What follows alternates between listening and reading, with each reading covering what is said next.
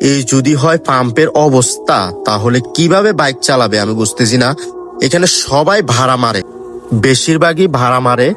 সারাদিন ভাড়া মেরে যা কয় টাকা ইনকাম হয় তাদের ফ্যামিলিদেরকে নিয়ে চলে। কিন্তু এখন ওরা যদি এভাবে সিরিয়ালে দাঁড়াই থাকে, কি কি হবে ওদের অবস্থা একটাবার চিন্তা করেন। এখন বড় বড় লিডাররা বলতেছে তেলের কোনো সংকট নেই, তাহলে এই অবস্থা কেন পাম্পের?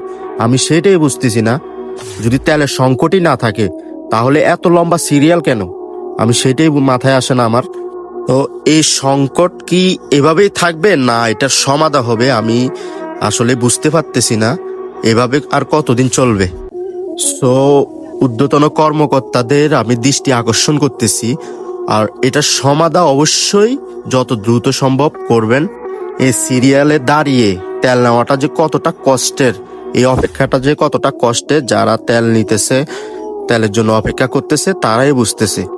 সো এর সমাধান অবশ্যই দরকার।